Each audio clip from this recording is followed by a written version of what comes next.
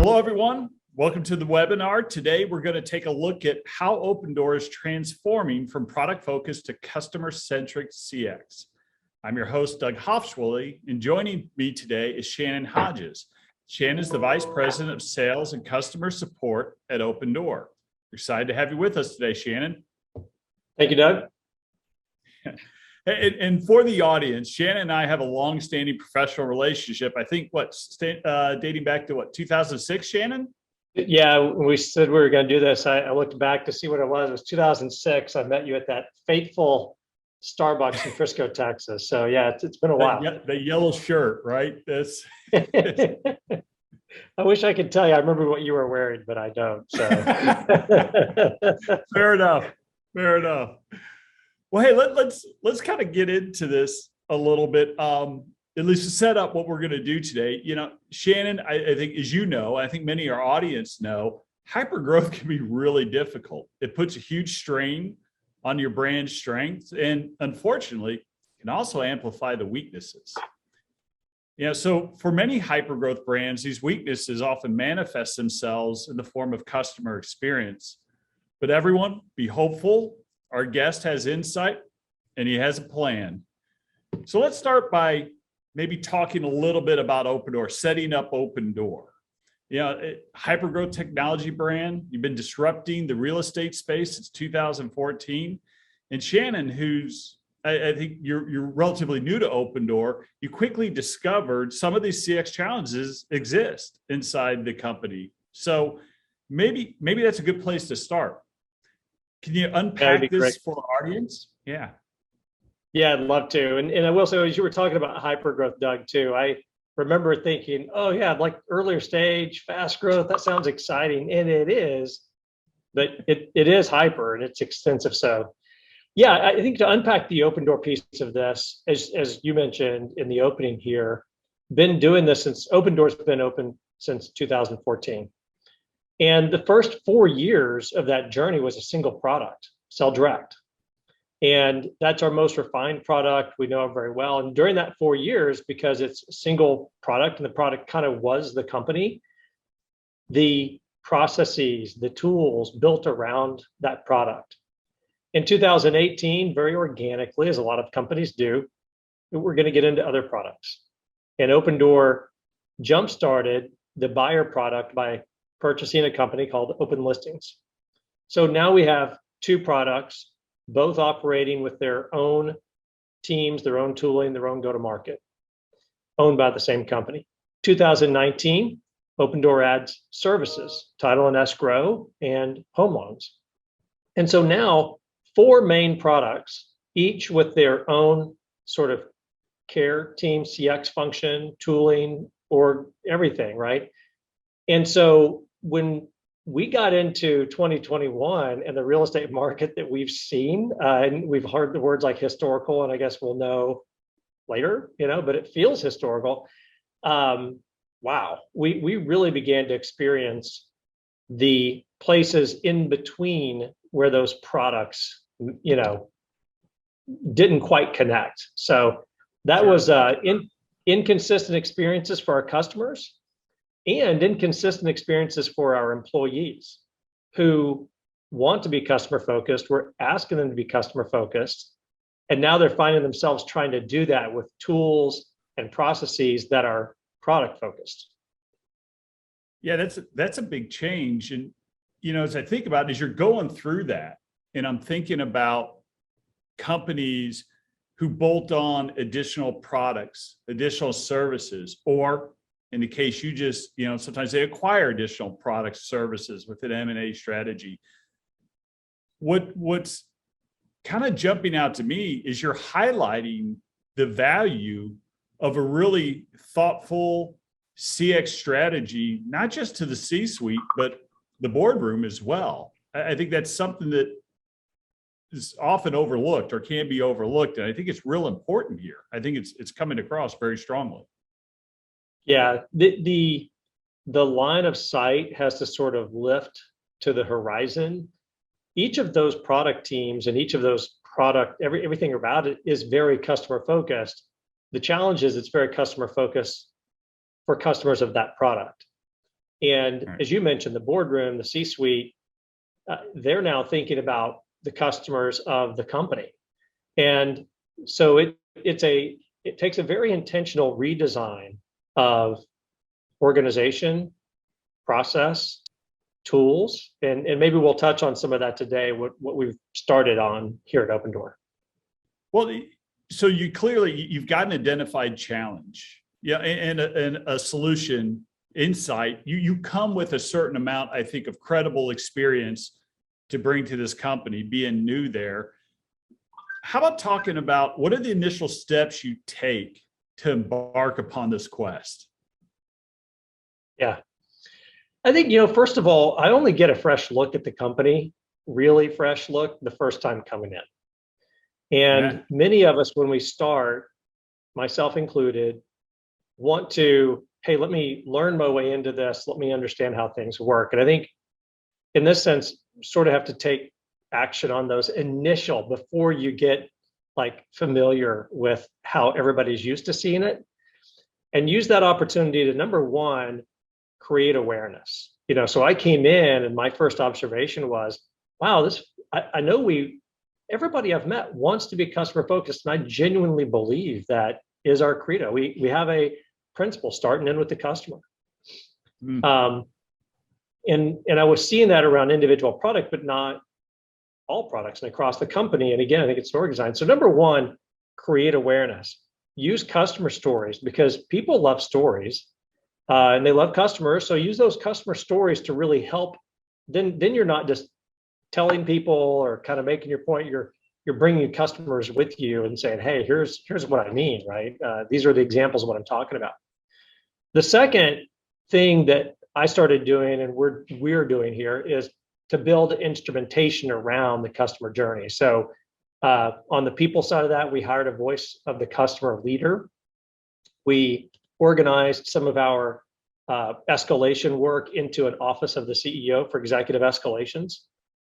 From a technology perspective, we began to put those escalations into a ticketing system where we create a ticket on every one of them and we categorize and we can report out which product it was associated with or products, where in the journey, things like that. For our survey work that were before being done by each product team, we're migrating those into a single platform where we can, in a future date, right now it's just putting it over there, but in a future date, begin to survey across products through the whole journey rather than by product, each Sure. individual product. And then in process, we're beginning to take that, we've created awareness, we've created instrumentation, we're beginning to resource a little bit. And now we're reporting out on some of those metrics that wouldn't necessarily have existed before because it's across products and it's customer-centric. So we read out on those in our weekly company business review. We send an email each Friday that kind of summarizes these are the escalations that came in and here's what they were about. So that's bringing a lot of new, exciting changes that I think should help transform from a people standpoint, technology, process. One of the things I think about is how do you win the hearts and minds of those people who formerly held responsibility for that customer in those product silos and earn that trust for them to hand that back over to now a centralized journey that you and your team are leading? Yeah. I will say that, and I want to underscore and emphasize how important the product is to our customer experience. So that continues to be there. I think and by the way, I may earn my way back in a future episode to say how it really works. Here's what I anticipate. I think that those product leaders understand their products are not being used independently. They're not being used in a laboratory. They're being used in the real world. Right. And they're being used in conjunction with these other products. So I'm finding, buy-in, I'm finding encouragement and, hey, this is great, let's do it. But at the same time, it does, to make real change, require that we then do things differently. And I know, speaking for myself, when I learn new habits, I first tend to have kind of go back to what I was doing before. So it's, yes, I would like to do that customer-centric thing that you're now creating awareness around. And then I leave that meeting and I go back to my to-do list, or I go back to my email and the so that's why I say it's probably a future episode. But the customer centricity, the mission that we're on at Opendoor and the people here couldn't be more authentic. It's really affirmed joining Opendoor for this space. Yeah. No, thanks for that. And I appreciate you gently putting your foot in the door for for that next episode. Are we going to see how many door references we can make? Foot in the door. Yeah. Let's see what you did there. Yeah, nice. Yeah. All right. So now I think you have a plan, or you're designing, you're bringing people along. I want to talk a little bit about, the concept we use a lot, the verb is North Star. And I think this is really important. And you're now, since you've been on this side, I think you learned, we had the benefit of working with our client partner who found great value in showing, pulling back the curtain as much as possible as we could about their strategy, the why behind everything they're asking us to do. And I know as a result of that, when you've been on the client side along the way, you spend a lot of time being very thoughtful about how your role and the things you're going to ask of your partners impact the C-suite and the shareholders. And so all that strategy cascades back down to you in the form of outcomes and metrics that are really measurable. So how have you thought about taking all of what we've kind of set up here and turning that into really useful KPIs and a North Star? And what is the North Star? And do you see it changing? Just kind of maybe break that down for a little bit. Sure. I think referability, which for us, the way we've been measuring that as a company and the way we'll probably continue to measure it in the short, is net promoter score. Are people willing to promote and talk about your bid? Would you refer us to a friend? We want to create raving fans. When I walk into the coffee shop with an Opendoor t-shirt on, or when people are talking about their experience, I want them to light up, and I want it to be a life-changing moment where before it was stressful and anxiety, and then Opendoor, and here's how this is changing and making it better. So we use NPS. We also have started building that cross-product journey a little bit, taking the milestones and the critical moments that customers have when using a product, or in the case of multiple products. And we've identified some of those as being, hey, this would be an absolute trust buster, or it's not a trust buster, but it's a critical moment. And now we've just begun tracking these in a dashboard where we quantify them. We have some that are high impact, low impact. And I'll give some examples for Opendoor, but for those out there who are thinking about CX for their company and where you're at, you can maybe, you would alter these for your own. But that moment from the time that a customer submits everything to get an offer from Opendoor, and they're waiting on the offer, that can be an agonizing time period. You've just put yourself out there. And if you're thinking about it, not from a customer perspective, just from the logistics of delivering an offer, that time that's passing doesn't necessarily register on a metric somewhere. But if you are thinking about it from a customer lens and you say, you know what, it's been more than 48 hours, or it's been more than 24 hours, whatever that time is, we need to update the customer if we haven't delivered an offer by now, because they've been vulnerable. We need to honor that and come back. That's a moment. And then it's closing day. That's got to be super, super high fidelity. No surprises. It's got to land, because that's a trust buster. And then one more, like, on the buy side, let's say you're looking at Opendoor homes, we really have to land. I mean, in a way, our warehouse is outside. It's not really a controlled environment. So creating a place that's welcoming, that everyone you want to get into can get into it, and all the people that shouldn't be in there can't. So making that welcoming and secure at the same time, it's a thing we have to track and really deliver on. So that's some of the instrumentation that we're doing. And with each of those, it will become more real time. So to your question about is it changing, I'll say it's evolving. NPS, it's done. Hey, we're done now. Would you recommend us? Yes or no? And that'll be an important measure. But each of these is beginning to be more and more real time. And eventually we'll be able to predict, hey, we know that if this doesn't happen by this time, it's going to lead to that. Right. I've always thought about NPS, Shannon, as you're right. It's lagging. It's at the end. How do we do at that point? But also, as you're thinking about the entire customer journey, because you measure that really, I guess, at the end, how do you measure that NPS, for lack of a better term, at each step in the journey? I mean, so I get there's trust busters, there's critical moments. Are you able to measure success from a customer lens at each of those moments independently, so that hey, this particular moment is suffering, or you maybe even learned that a particular moment that you didn't think was as critical or was a trust buster is? Mm-hmm. I think we will. That's truly a journey. And I wouldn't necessarily classify it as NPS, because I want to think about the NPS of the overall move experience. Like our mission here is to help enable everyone to have the power to move.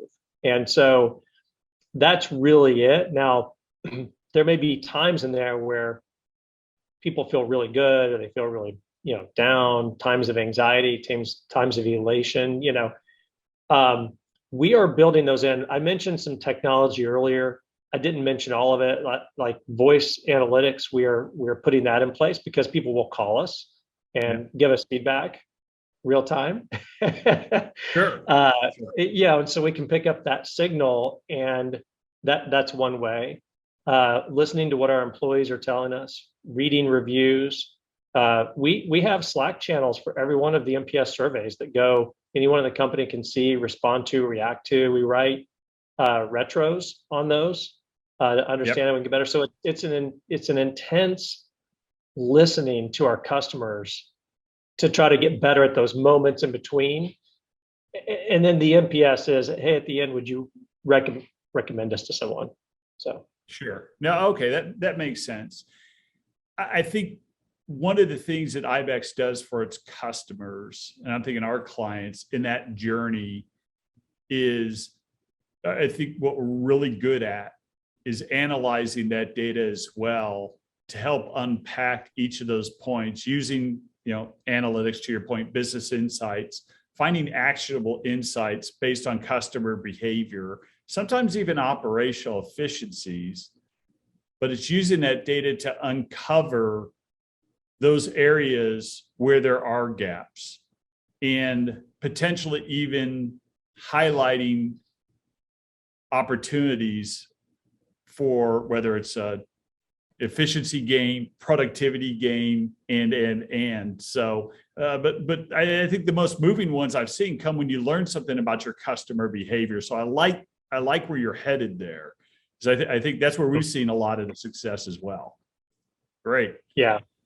All right. You're verbal Kent. You're the man with the plan. You've got buy-in. You've got your North Star. And now it's time to execute. Now, I know you're just starting that. So maybe in the future, maybe we do bring you back, because I'm really interested. And I think our audience will be really interested to hear how you built those bridges across those product silos to create the seamless customer journey. But you have experience doing this in the past. And I think that's useful. What I think would be good to talk about is the case for customer centricity. Maybe take elements from your past, and what are you anticipating the outcomes to be from making this transformation? Yeah. I'm going to start really high level, but I promise I will bring this back to some metrics. I'm a metric guy anyway. So I'm just hoping there's a caboose attached to the train that's coming. Let's go. When I graduated high school in Arkansas, no, I'm just kidding. Um, no, I think it's about the emotion that people associate with your brand. You know, what do you create for people when they think about Opendoor or fill in the blank of the company that you're helping with CX right now, right? That emotion is important. And people, when I say the emotion, it includes employees, it includes families of employees, it includes customers, non-customers, and your shareholders. You mentioned, I think about the C-suite, I think about the shareholders and everything else. Now, let me bring this back to what I mean by some metrics that affects. When people feel like, when your employees feel like also a customer and engage with the brand, they stay longer, they work harder, they really take on the mission. It's not even about the metrics. The metrics take care of themselves. Absolutely. Because they care and they're really living the brand. And you can't do enough to try to, you can't legislate enough to make people do the right thing, right? You can't put enough metrics in place to make somebody a good person. You just have to create this this emotional connection with it. Customers, the same thing. I would bet we all have brands that when they make a mistake, it's like, well, it was probably, something, right? We make it up because we think, well, but no, normally, or we have an emotional connection that sort of overlooks it. And there's some brands I'm willing to pay more for. I just, they've lifted the price that I'm willing to pay, which means they could charge more, or they don't charge more, and I just have more surplus in my tank when I engage with that brand. And then shareholders, well, I almost skipped up potential customers. Let me mention them. Potential customers, people who have heard of your brand, they've considered maybe you're gonna have a lower, for the marketing team or your CX engagement with them, they're gonna have a lower cost to acquire because they've heard about your brand and people telling these stories, the NPS we talked about earlier.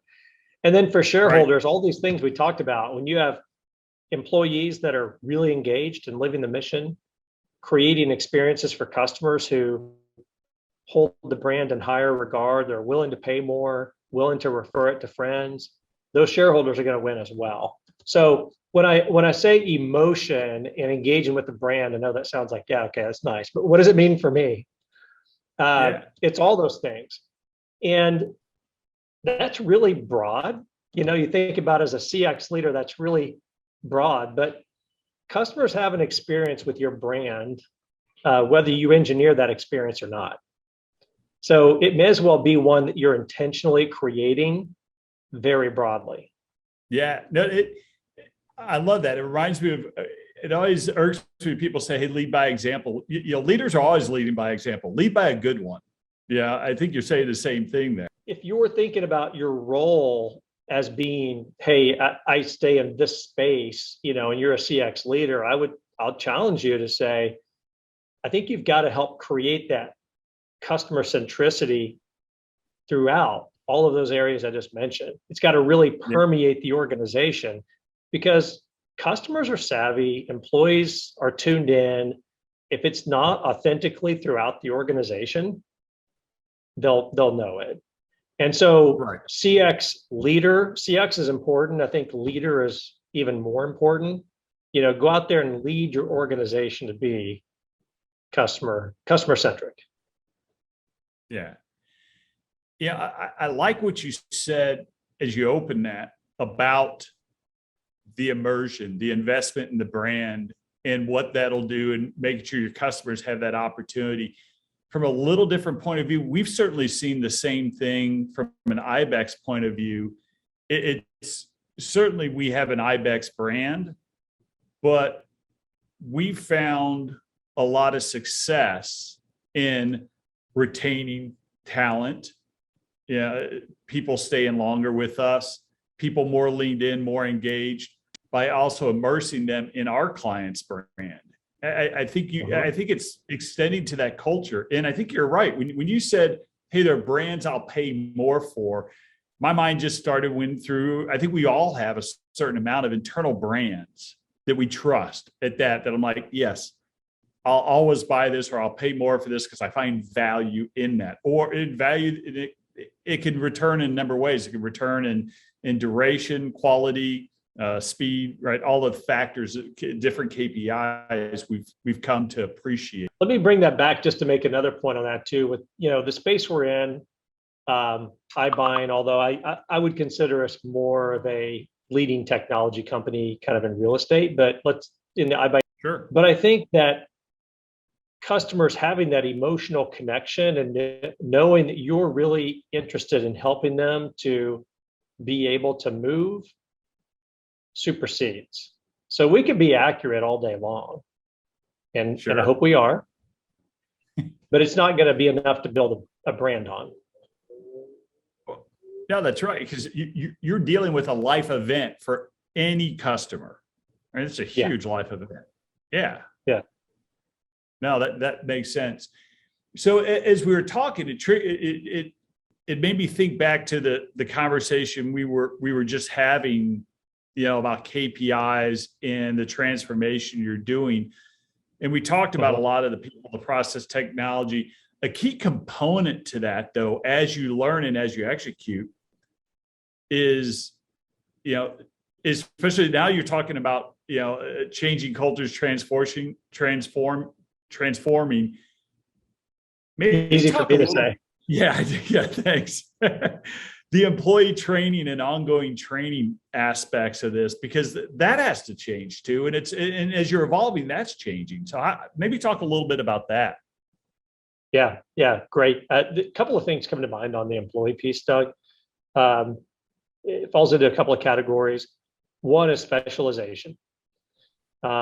Really breaking things down into, because hypergrowth, I know we've talked a lot about CX, but we're also talking about CX in a hypergrowth environment.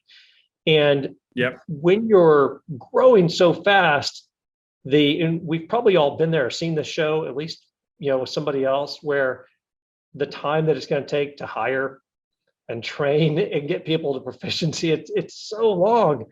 So we're going to specialize more of our roles to enable people to come on board and reach proficiency sooner. And then be able to add credentials or badges, or however you think about it, over time. And one way we're doing this is very customer-centric, and that's by breaking down the focus more by geo. Opendoor's in 44 markets right now as we record.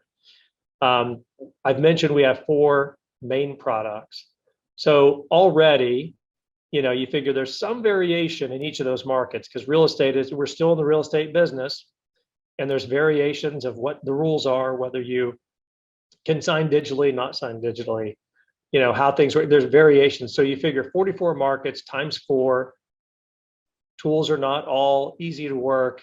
So you multiply by the number of tools you're working in. It's very complex. So number one is specialization. Try to narrow down the number of things that employees need to focus on, so they can just have that relationship with the customer. And when we're narrowing that down to geo areas, real estate's built on location anyway, then the people engaging with those customers can begin to know the area. Oh yeah, I know that part of Dallas Fort Worth, or I know that part of Tucson. Oh yeah, that school district, that's great. Or, oh, school district, I understand you're downsizing, different season of life. The school district's not as important to you, but you like this. Okay. You can really, again, you're engaging with that customer on their solution.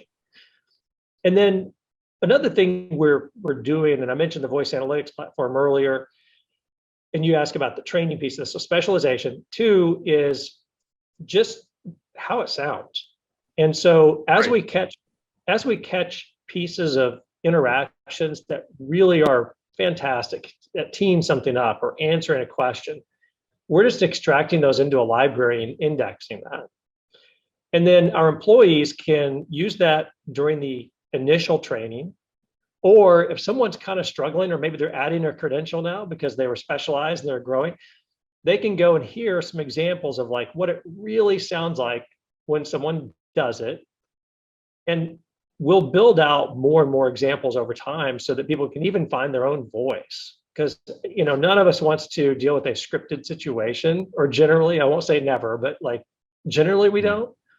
So this allows each employee to bring their own voice, but have some guidance on kind of how to position things in a way that customers understand it, that it registers with them.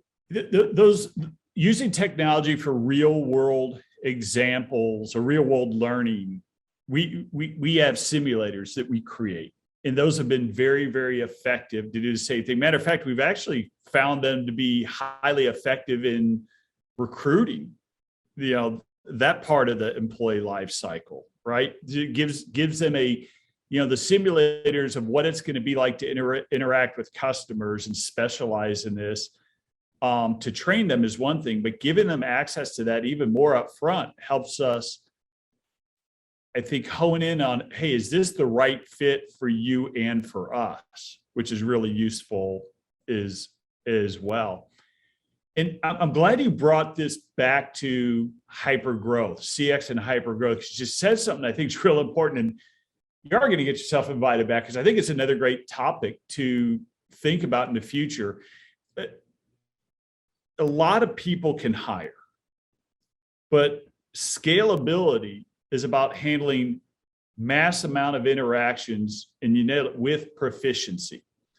So how can you do that at scale? Scaling with success is about handling mass amount of interactions proficiently. And there's a lot that goes into that, especially to do that very fast. So that's something we should flag and think about talking in the future, because there's a lot. You actually started to unpack some of the secrets behind that, which is good. We can tease that for another time. Well, so long as we're teasing on that topic, I would add another dimension to that. I think proficiency, efficiency, these are easily measured in business. Effectiveness is equally powerful, but not as easy to measure. I think many of us know it when we experience it, but it is a little tougher to put into a spreadsheet and to deliver, because it's something you've got to build. It's not something that exists and then you're just chipping it away. Efficiency and proficiency, you're sort of subtracting. Effectiveness, you're adding. And so it's a little tougher, but that's also in that part about the scaling, hypergrowth, and how do you bring that effectiveness in there as well. Yeah, no, for sure. I'm going to bring you back though, because I'm not sure I nailed down exactly the answer. So we were saying your intended outcome of doing this for Opendoor, the case for customer centricity. I think you do have some intended outcomes, right? Or an outcome from making this transformation. If you simplify that, what are you hoping will happen? Yeah, I think by being more customer centric, I believe we will grow more. If I'm candid about it, we business, and I believe that those we'll end up converting more. So I've talked a little bit about products still being it's integral part of our customer experience. The products matter a lot, and so to those product owners and leaders, I think they should see more of their product sell per, so conversion will go up.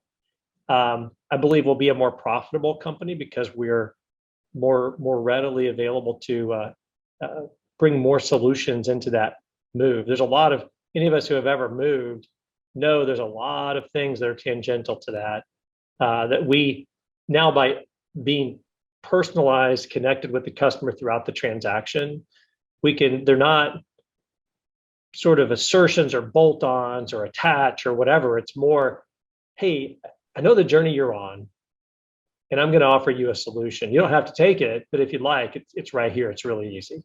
Right. So I think so all of that together will end up, I think, with a brand people love that financially performs very well. Well, it sounds exciting. Hey, Shannon, I think that's probably time for today. Let me start by, thanking you so much for joining. It's been an absolute pleasure. I've enjoyed being here, Doug. I know this came about this topic came about for you and I just from an organic conversation late this summer. And so just being here today has helped me to sort of think through the topic a little more thoroughly, and I appreciate getting to share it. Yeah, absolutely. No, and so thank you to the audience in thinking through that journey that Shannon's taking and thinking about your business and your opportunities. If you're facing some of the same challenges, your CX is maybe siloed and you're wanting to transform to a holistic customer journey, I hope you got something out of this as well. So thanks again for joining us. Go to ibex.co for details. We'll see you on the next webinar.